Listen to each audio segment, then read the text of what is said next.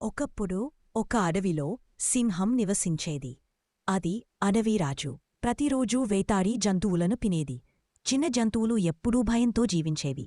ఒకరోజు జంతువులన్నీ కలిసి సింహం దగ్గరకు వెళ్ళి, రాజా, ప్రతిరోజూ వేటాడకండి, మేమే ప్రతిరోజూ ఒక జంతువును మీ దగ్గరికి పంపిస్తామని ప్రార్థించాయి. సింహం కొద్దిసేపు ఆలోచించి అంగీకరించింది. ఆ రోజునుంచి ప్రతిరోజూ ఒక జంతువును సింహం వద్దకు పంపేవి.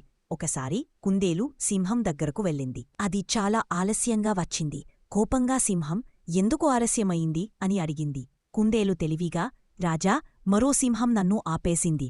అది తాను నిజమైన రాజు అని చెప్పింది అంది. సింహం కోపంతో కుందేలును తీసుకుని, ఆ సింహం ఎక్కడుందో చూపించు అంది. కుందేలు సింహంని ఒక బావి దగ్గరకు తీసుకుని, సింహం బావిలో తన ప్రతిబింబం చూసి, ఇదే నా శత్రువు అని అనుకుని బావిలోకి దూకింది. కాని బయటపడలేక చనిపోయింది. జంతువులందరూ ఆనందంగా ఊపిరి పీల్చుకున్నారు. నీతి: అధిక అహంకారం మన క్షయానికి కారణమవుతుంది.